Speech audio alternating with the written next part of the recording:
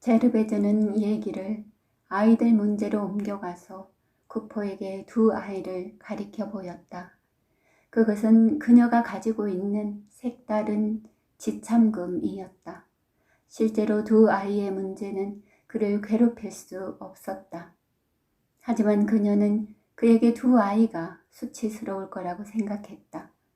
이웃 사람들이 뭐라고 할 것인가? 그녀와 새 애인에 대해서는 이미 소문이 널리 퍼져 있었다. 그러나 과거나 현재의 사정도 모르는 사람은 없었다.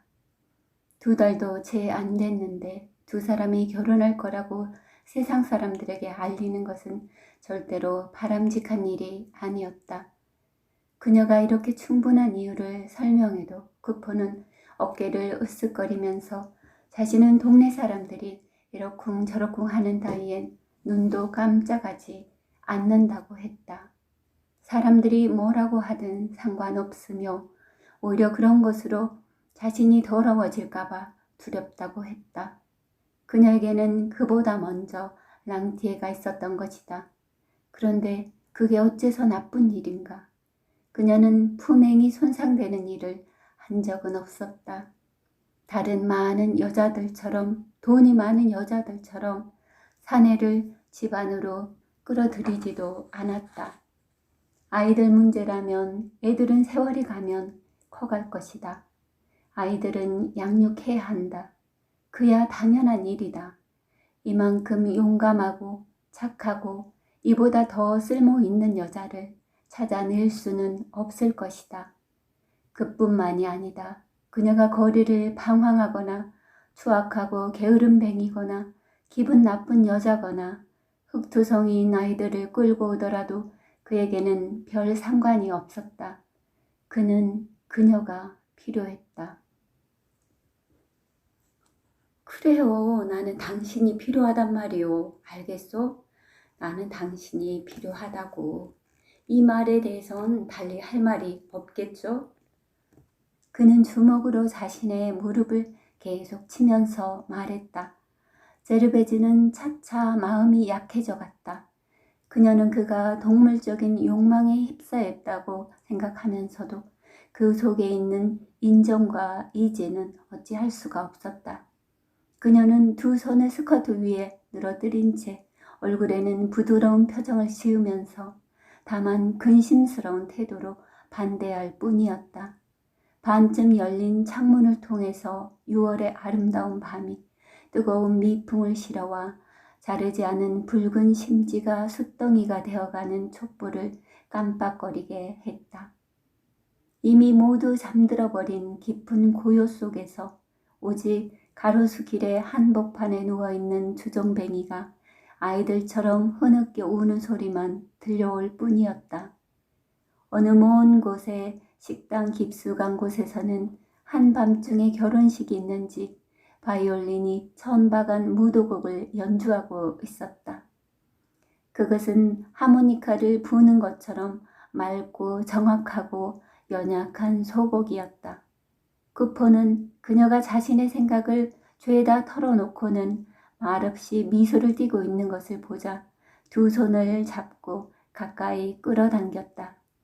그중 그녀는 오랫동안 경계하던 몸과 마음을 죄다 그에게 내맡겨 버리려고 마음먹었다. 정복당하고 완전히 감동해버린 그녀에게는 어떤 거부할 만한 힘도 또한 누구에게 괴로움을 줄 수도 없었다. 그러나 함석 직공은 여자가 몸을 내맡기고 있는 것도 알아채지 못했다. 그는 여자를 자기의 것으로 만들기 위하여 손목이 가루가 되도록 꽉 쥐고 있는 것만으로 좀 만족했다. 그러고는 두 사람은 모두 가벼운 괴로움의 한숨을 쉬었다. 그 괴로움 속에서 두 사람의 애정은 얼마간 충족되었다. 좋다고 말해주겠죠? 그렇죠? 어쩌면 이다지도 나를 괴롭히죠? 그렇게도 그 말이 소원이에요? 그럼 좋아요. 우린 지금 바보 같은 짓을 하고 있는 거예요. 그녀는 혼잣말처럼 나지막하게 말했다. 그는 일어서서 여자의 몸을 휘어잡고 그 얼굴에 난폭한 키스를 수없이 퍼부었다. 이 포옹이 너무 큰 소리를 냈기 때문에 그가 먼저 조심스럽게 꿀러두어 에티엔느 쪽을 바라보며 발소리를 죽이고 목소리를 낮추어 숨 속삭였다. 쉿! 조용히 해야지. 꼬마들이 깨면 안 되니까. 그럼 내일 또. 그는 자기 방으로 올라갔다. 제르베즈는 전신을 와들와들 떨면서 옷을 벗는 것도 있고 침대가에 거의 1시간이나 앉아 있었다. 그녀는 감동하고 있었다. 그녀는 쿠퍼를 매우 성실한 남자로 생각했다. 이것으로써 만사가 해결이 되어 그는 잠자리로 돌아간 것이라고 생각했기 때문이다. 아래층 창 밑에서는 주정뱅이가 방황하는 짐승처럼 더욱 쉬어빠진 목소리로 혀를 차며 한탄하고 있었다. 멀리서 들려오던 천박한 무도곡은 어느새 그쳐 있었다. 며칠 후 쿠퍼는 제르베즈에게 밤이라도 좋으니 구투도르가의 누이집에 같이 가자고 요청했다. 그러나 이 젊은 여자는 매우 소심해서 로리웨의 집을 방문하는 것을 두려워했다. 그녀는 그가 누이 부부를 은근히 겁내고 있다는 것을 분명히 눈치챘기 때문이다. 물론 그는 장녀도 아닌 이 누이에게 의지하지는 않았다. 쿠퍼의 어머니는 절대로 아들이 하는 일에 반대하는 법이 없었으므로 쾌히 승낙해 줄 것이었다. 그러나 로리의 부부는 하루에 10프랑씩이나 벌고 있었기 때문에 친척들 사이에서는 그들이 실세로 통했다. 그들이 먼저 이 아내를 승낙해 주지 않는다면 쿠퍼는 감히 결혼할 수 없을 것이다. 당신에 관한 일은 벌써 2사람에게 말해두었어. 우리 계획도 알고 있어요. 그는 제르베즈에게 말했다. 하여튼 당신은 어린애 같아. 오늘 밤에는 꼭 가도록 해요. 벌써 얘기는 해뒀다니까. 우리 누님은 좀 엄하긴 해요. 로리웨도 그렇고 애교가 있는 편은 아니지. 말하자면 2사람은 모두 마음속으로 난처하게 생각하고 있을 거요. 내가 결혼하면 함께 식사를 안 하게 될 테니까. 그렇게 되면 그만큼 절약할 수가 없게 되겠지. 그러나 그것은 아무것도 아니야. 당신을 쫓아내지는 않을 거요. 나를 위해서 한 번만 가줘요. 그런 절차는 아무래도 필요하거든. 이 말에 제르베즈는 더욱 겁에 질리게 되었다. 그러나 어느 토요일 밤 그녀는 하는 수 없이 승낙을 했다. 쿠퍼는 8시 30분에 그녀를 데리러 왔다. 그녀는 옷을 입고 있었다. 검은 드레스에 노란 종려 모양을 박은 모슬린 숄, 거기에 조그만 레이스를 단 하얀 모자. 그녀는 지난 6주 동안 일을 해서 7프랑짜리 숄과 2프랑 50상팀의 모자를 살 수 있을 정도로 돈을 모았다. 드레스는 새로 세탁을 해서 고쳐 입었다. 2사람이 모두 당신을 기다리고 있어. 부하 소니에르가를 한 바퀴 돌면서 쿠퍼가 말했다. 2사람이 이제는 내가 결혼한다는 일에 그런가 보다 하는 생각을 가지기 시작한 것 같단 말이야. 오늘 밤은 2사람이 모두 부드럽게 대해줄 거요. 그리고 당신은 금시계줄을 만드는 것을 본 적이 없을 테니 그걸 구경하는 것도 재미있을 거요. 마침 월요일까지 만들어줘야 할 게 있는 모양이니까. 그 댁에 금이 있어요? 제르베즈가 물었다. 있고 말고 벽에도 있고 바닥에도 있고 어디나 있지.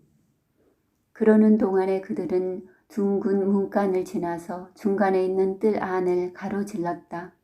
로리의 부부는 비계단의 7층에 살고 있었다. 쿠퍼는 웃으면서 난간을 꽉 잡고 놓치지 말라고 외쳤다. 그녀는 고개를 들어 계단이 붙어있는 높은 공동의 탑을 바라보며 눈을 깜빡였다. 2개의 층마다 3개의 가스등이 켜져 있었다. 맨 위의 마지막 가스등은 깜깜한 하늘에서 빛나는 하나의 별처럼 보였다. 이게 무슨 냄새지? 맛있는 양파 수프 냄새가 나는데? 틀림없이 누가 양파 수프를 먹었어. 2층의 층계참에 닫자 그가 말했다. 사실 비계단에 헐어 빠진 난관과 층계는 흠집이 많은 회칠이 회색으로 퇴색한 벽과 함께 짙은 유리 냄새가 아직도 배어 있었다. 어느 층계참에서도 시끄럽게 울리는 복도가 안쪽으로 뻗어 있었고 손잡이에는 새까맣게 손때가 묻어 있었다. 노란 빛깔로 칠해놓은 문이 하나 열려 있었다. 창과 나란히 닿을 듯 말 듯하게 놓은 구정물 통에서 축축한 썩은 냄새가 피어올라 그 악취가 양파를 삶은 강렬한 냄새와 섞였다. 1층에서 7층까지 접시나 냄비를 씻는 소리, 소스의 냄비를 스푼으로 긁는 소리 따위가 들려왔다. 제르베즈는 2층의 문에 설계사라고 굵은 글씨로 써놓은 조금 열려진 입구에서 두 사내가 설거지를 끝내고 방수를 위해 초를 칠해놓은 식탁보 앞에 앉아 파이프 연기를 피워대며 짓거리고 있는 것을 보았다. 3층과 4층은 훨씬 조용했다.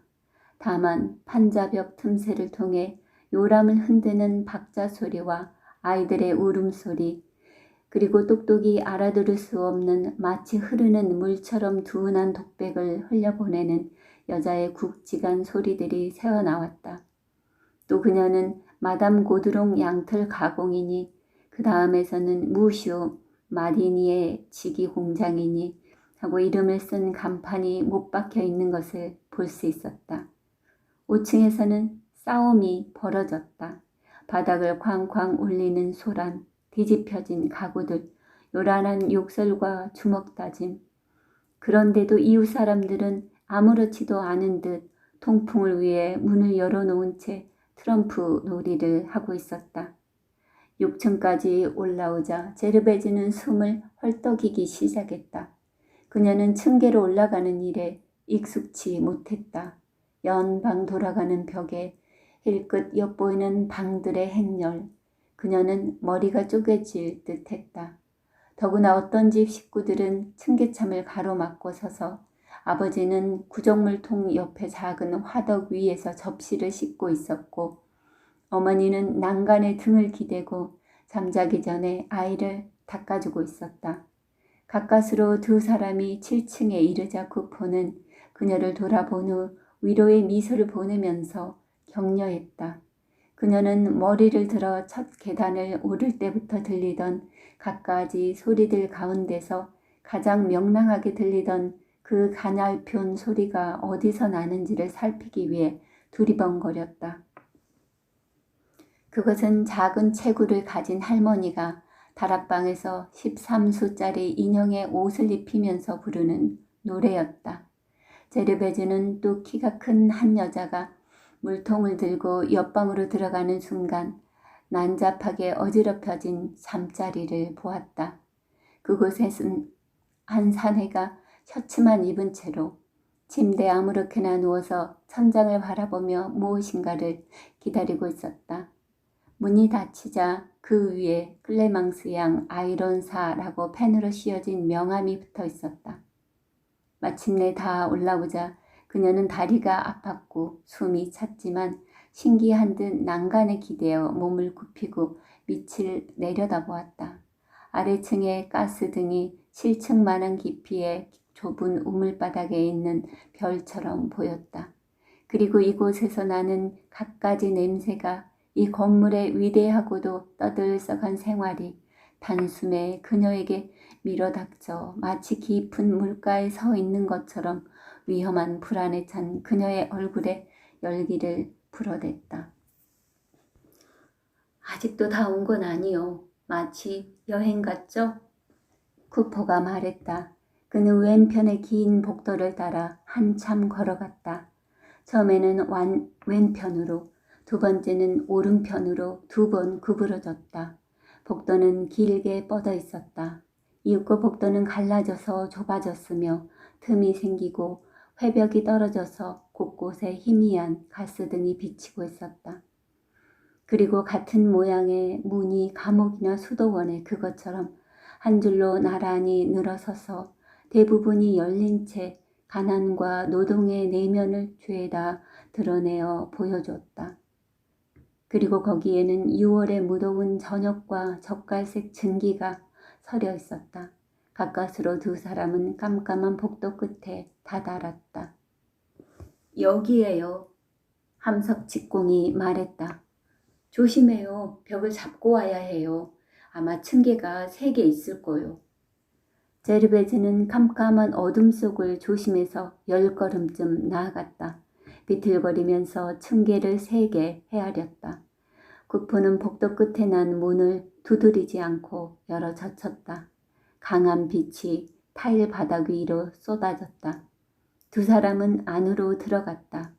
그곳은 마치 파이프 같은 좁다란 방으로 복도의 연장선상에 놓여 있는 것 같았다.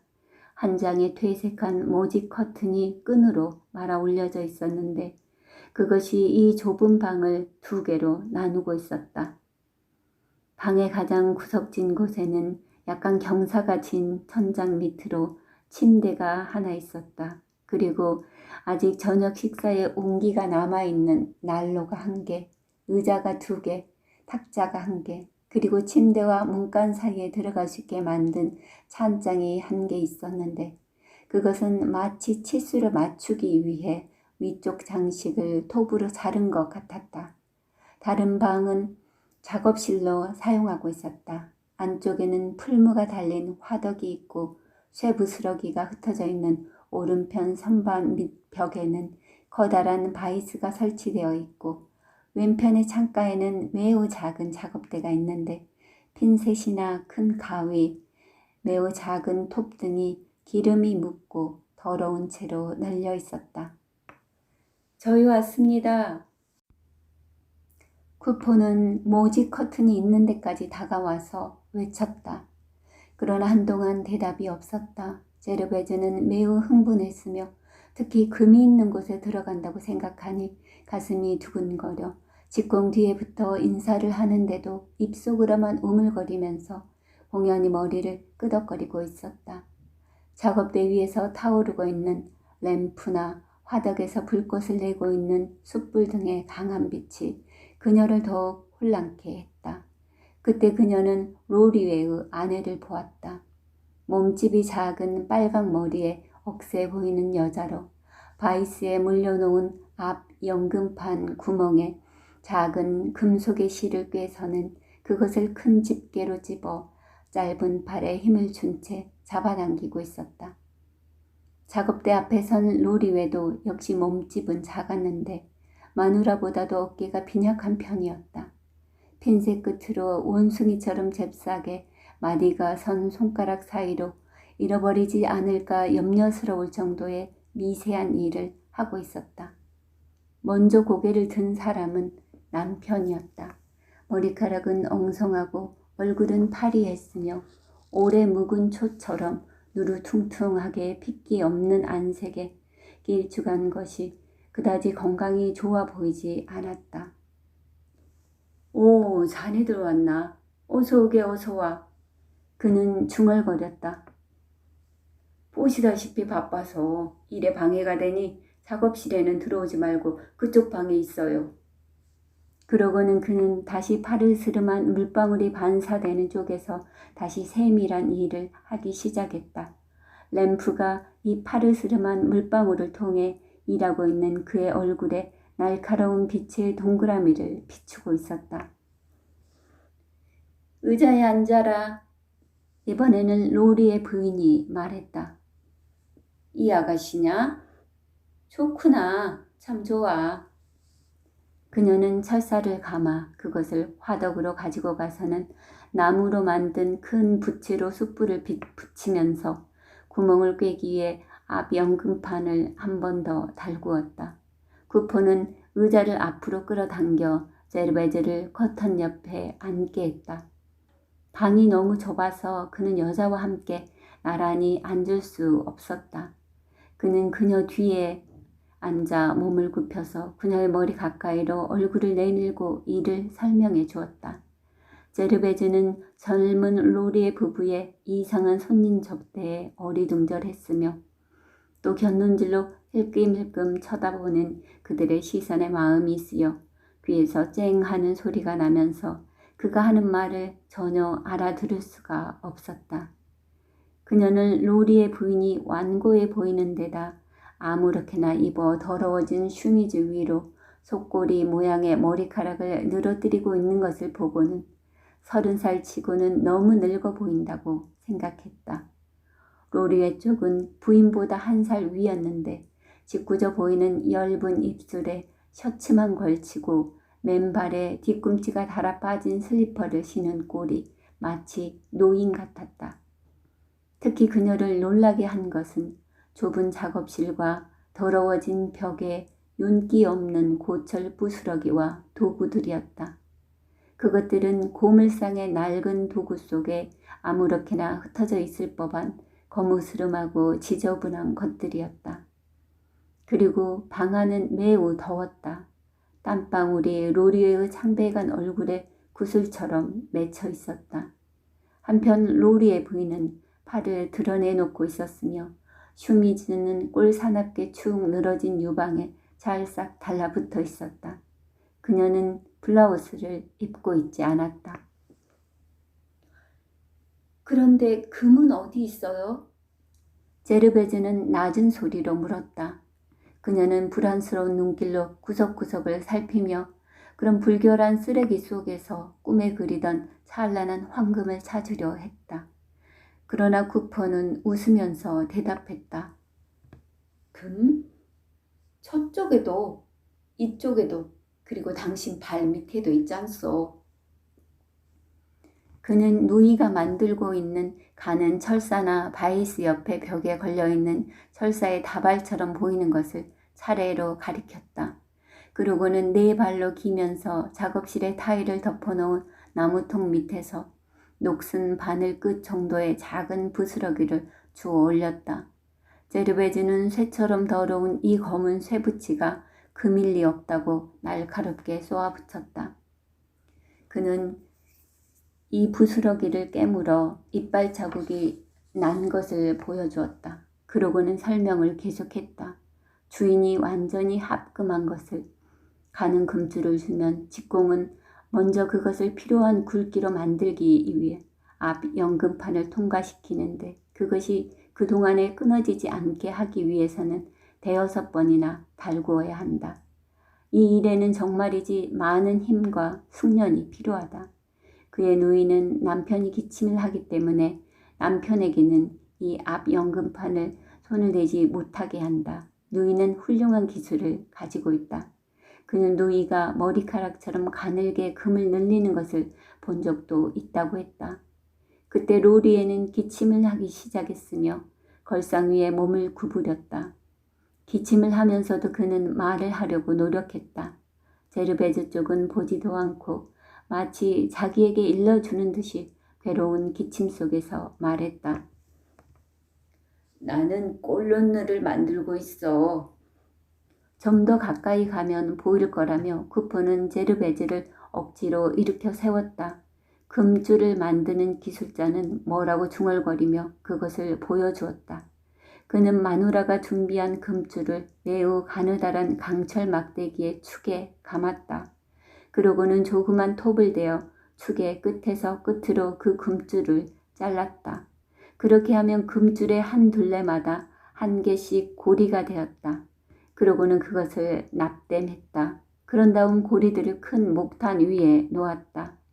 그는 옆에 있는 깨어진 컵 바닥에서 붕사수를 한 방울 떨어뜨려 고리를 적셨다. 그러고는 재빨리 램프관에서 수평으로 뻗어나오는 불꽃으로 그것들을 벌겋게 달구었다. 약 100개가량의 고리가 만들어지자 쐐기라고 부르는 손때가 묻어 반들반들한 볼트로 쬐놓은 작업대에 기대어 서서 다시 한번 세밀한 일을 시작했다. 핀셋으로 고리를 굽혀 한쪽 끝을 겹쳐서 그것을 이미 박혀있는 앞쪽 고리 속으로 꿰어 다시 한번 핀셋 끝으로 열었다. 이러한 작업이 쉴 새 없이 규칙적으로 이루어져 고리와 고리가 연달아 이어졌다. 금줄은 제르베즈의 눈앞에서 차차 길어져서 그녀는 그 진행 과정을 확인할 겨를도 없었다. 이것이 꼴루느라는 사슬이오. 구포가 말했다. 이 밖에도 자르롱, 포르사, 구르메트, 꼬르드 등 여러 가지가 있죠. 그러나 이건 꼴론누요. 로리웨는 이 분야 전문가거든. 로리웨는 이 설명에 만족한 듯이 웃었다. 그러고는 그 시커먼 손톱 속으로 들어가 버릴 것 같은 작은 고리를 부지런히 잡으면서 외쳤다. 그런데 말이야, 카데카시스. 오늘 아침에 계산을 해보았는데 말이야. 난 12살 때부터 이 일을 시작했어. 그러니 오늘까지 만든 이 꼴론니의 길이가 얼마나 될 것 같은가? 그는 파리한 얼굴을 들어 붉은 눈시울을 깜빡였다. 8,000m야. 어때? 20리는 좋게 되지? 20리의 꼴론니야. 이 근처 여자들의 목에 전부 말아줄 만한 길이지. 게다가 사슬줄은 날마다 길어지는 거야. 난 이 파리에서 베르사유까지 닿게 하고 싶어. 제르베즈는 모든 것이 보기 싫고 환멸이 느껴져서 제자리로 돌아왔다. 그러나 그녀는 애써 미소를 지으며 로리웨 부부의 환심을 사려 했다. 특히 그녀가 조바심이 난 것은 그들의 결혼. 그녀에게는 중대한 이 사건에 대해서 그들이 끝까지 침묵하고 있다는 사실이었다. 그 일이 아니라면 그녀는 이런 데까지 올 필요가 없었다. 로리의 부부는 여전히 그녀를 구포가 데리고 온 귀찮은 구경꾼으로만 대접했다. 겨우 이야기가 시작되었지만 그것은 이 건물에 새들어 사는 사람들이 화제가 되었을 뿐이었다. 로리의 아내는 동생에게 올라올 때 5층 사람들의 싸우는 소리를 들었냐고 물었다. 5층에 사는 베나르 부부는 날마다 주먹다짐을 했다. 남편은 돼지처럼 취해서 돌아왔고 마누라도 형편없는 여자여서 차마 들을 수 없는 욕설을 퍼부었다. 그리고 2층의 설계사 친구 보드칸이 화제가 되었다. 그는 빚에 몰려 꼼짝도 못하는 주제에 멋을 부리고 언제나 담배를 피우며 친구들과 말다툼만 했다. 마디니에의 지기 공장은 이제는 제대로 돌아가지 않았다. 주인은 어젯밤에 또 2사람의 여공을 내보냈다. 만약 파산을 한다고 해도 있는 거 다 먹어치우고 직원들에게는 변변히 입을 것도 안 해줬으니 자업자득이었다.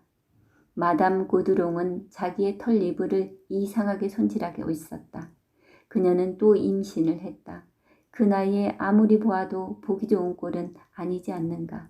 건물주인은 이미 6층의 코케에게 방을 내놓으라고 했다. 그들은 집세가 9개월분이나 밀려 있었다. 그리고 층계참에서 화덕에 불을 지펴 밥을 하는 일을 아무리 말려도 듣지 않았다. 지난 토요일에는 7층의 노처녀 르망주가 인형을 배달해 주려고 내려오다가 어린 랑기를로가 큰 화상을 당할 뻔한 것을 구해준 사건까지 있었다. 아이론사 클레망스 양은 제멋대로 살고 있었다. 그러나 그녀에 대해서는 아무런 할 말은 없었다.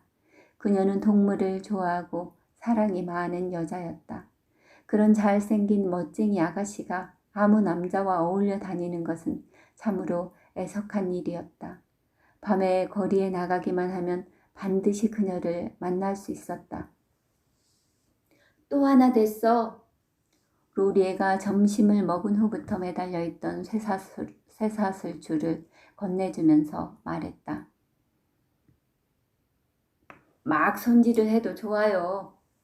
그러고는 같은 농담을 쉽사리 그만두지 않는 남자의 고집 같은 것을 부리면서 덧붙였다. 또 4피트 반 길어졌다. 그만큼 베르사유에 가까워진 셈이지. 로리의 부인은 그것을 다시 달구어 조정기에 걸어놓고 그 꼴론느를 완성했다. 그러고는 화덕의 불에 대고 닦았다. 제르베즈는 다시 구포에게 떠밀려 이 마지막 작업에 눈을 돌리게 되었다. 사슬줄이 다 닦여지자 둔탁한 붉은 빛이 되었다. 마침내 완성된 것이다. 이제는 아무 때고 넘겨줄 수 있었다. 이대로 넘겨주면 마찰공이 그걸 헝겊으로 문지르지. 구포가 설명했다. 그러나 제르베즈는 맥이 풀려버린 느낌이었다. 더위가 점점 심해져서 호흡이 곤란해졌다. 로리에는 조금만 바람이 들어와도 감기가 들기 때문에 모든 문을 닫아놓고 있었다. 그런데 언제까지나 두 사람의 결혼 이야기는 화제에 오르지 않았으므로 그녀는 돌아가려고 구포의 윗옷을 살짝 잡아당겼다. 구포는 그 의미를 알아차렸다. 그 역시 일부러 딴전을 피우고 있는 것으로 생각되는 이 이상한 침묵에 속이 뒤틀려 있었다.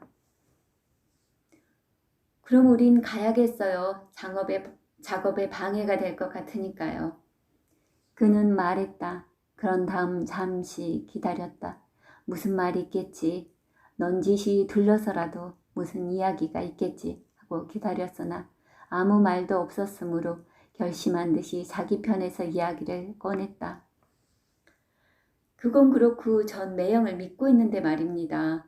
집사람의 혼인서약 증인이 돼주시겠어요? 그는 순간적으로 놀란 표정을 짓더니 곧 냉소적인 표정으로 바뀌었다. 노인은 조정기에서 손을 떼고는 작업실 한가운데에 서 있었다. 그럼 진담이었단 말이냐? 그는 나지막하게 말했다. 카데카시스란 녀석은 농담을 하는지 진담을 하는지 통할 수가 없거든. 참, 당신이 그 사람이군. 이번에는 그 부인이 제르베즈의 얼굴을 뚫어지도록 바라보며 말했다. 글쎄, 우리 딸가 의견을 내놓을 형편은 아니지만 결혼을 하다니 하여튼 현명한 생각은 아니에요. 어쨌든 그건 당신 두 사람의 일이니 결과가 나쁠 때는 스스로 책임져야 할 거예요. 게다가 이런 일이란 좀처럼 잘 되는 경우가 드물거든요. 목소리를 낮추어 이 마지막 말을 하면서 그녀는 고개를 저어가며 제르베즈 얼굴에서부터 발끝까지 옷을 벗겨 피부의 반점까지도 살펴보려는 듯이 훑어보았다. 그녀는 제르베즈가 자기가 생각했던 것보다는 좋은 여자라고 인정하지 않을 수 없었다. 내 동생은 아주 자유로워요. 그녀는 더욱 새침해져서 말했다. 물론 가족으로서 희망사항은 없진 않겠죠. 누구에게나 계획이 있는 법이니까요. 그러나 사람의 일이란 때때로 변하는 거죠.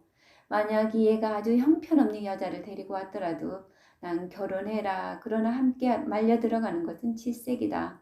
라고 말했을 거예요.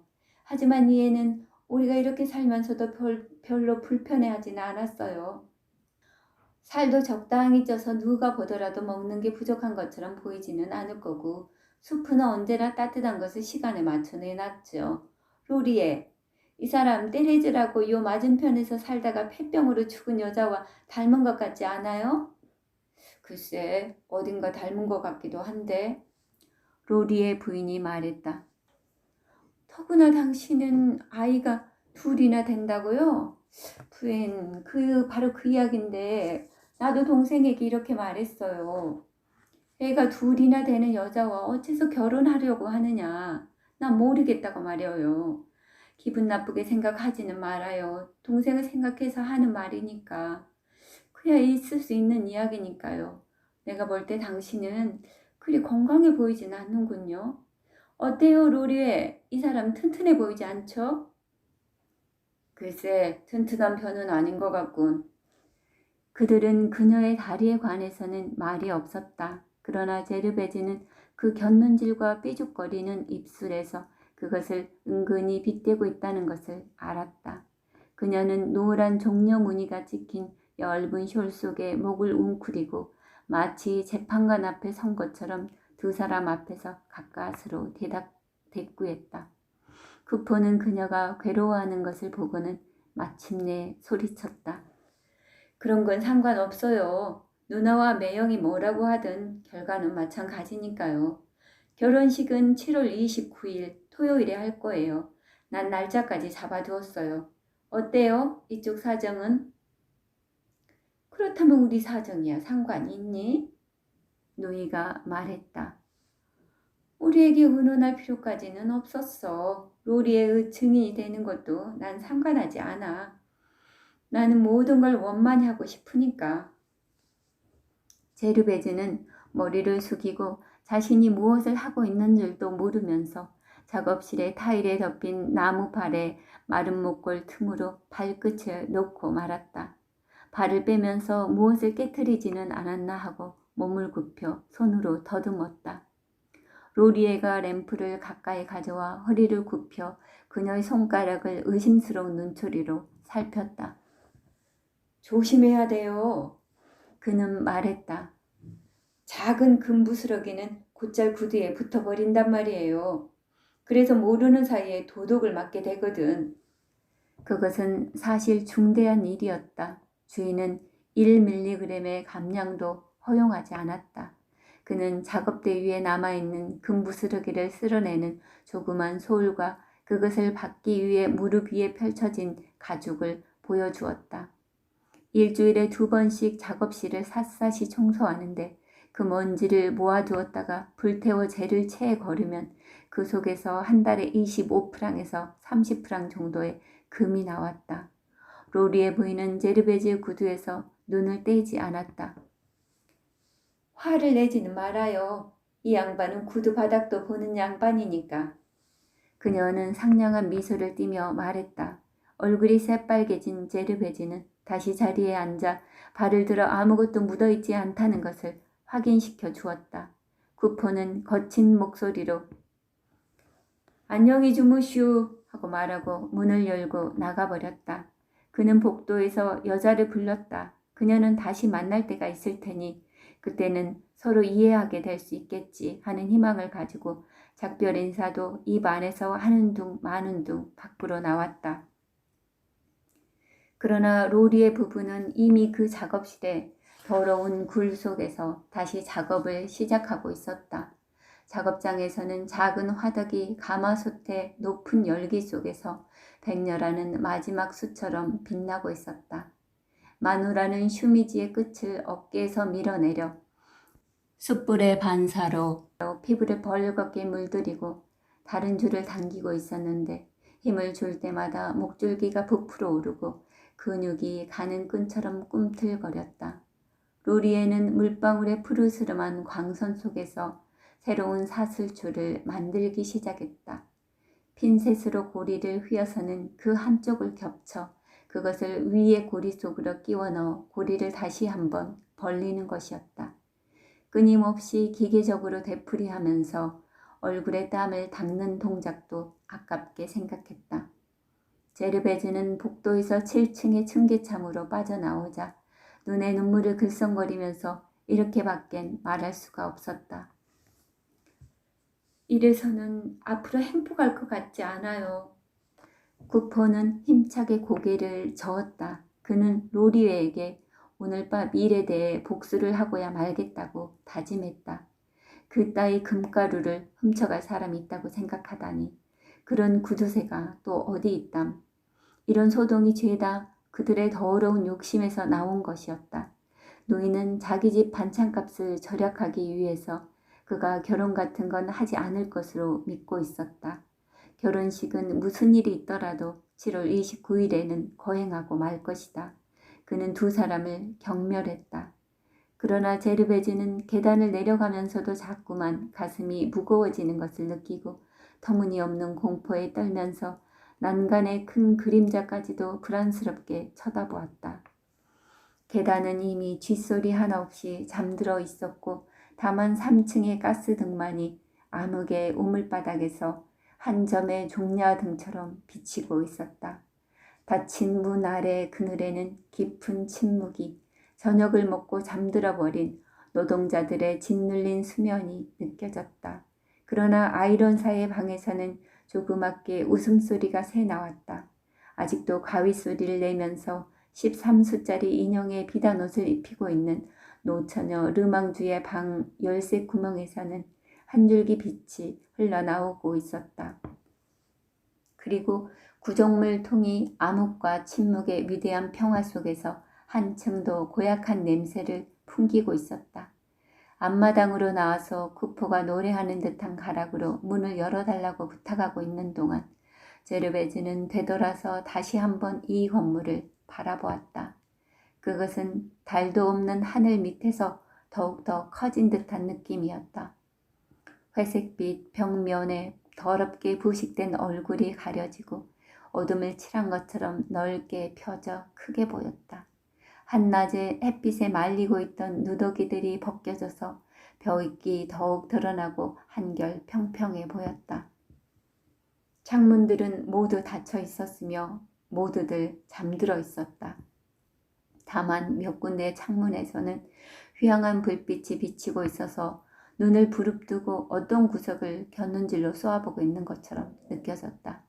하나하나의 현관 위에는 위에서 아래로 한 줄의 6개의 층계참의 창유리가 파릇한 불빛에 하얗게 빛나며 홀쭉한 빛의 탑처럼 서 있었다.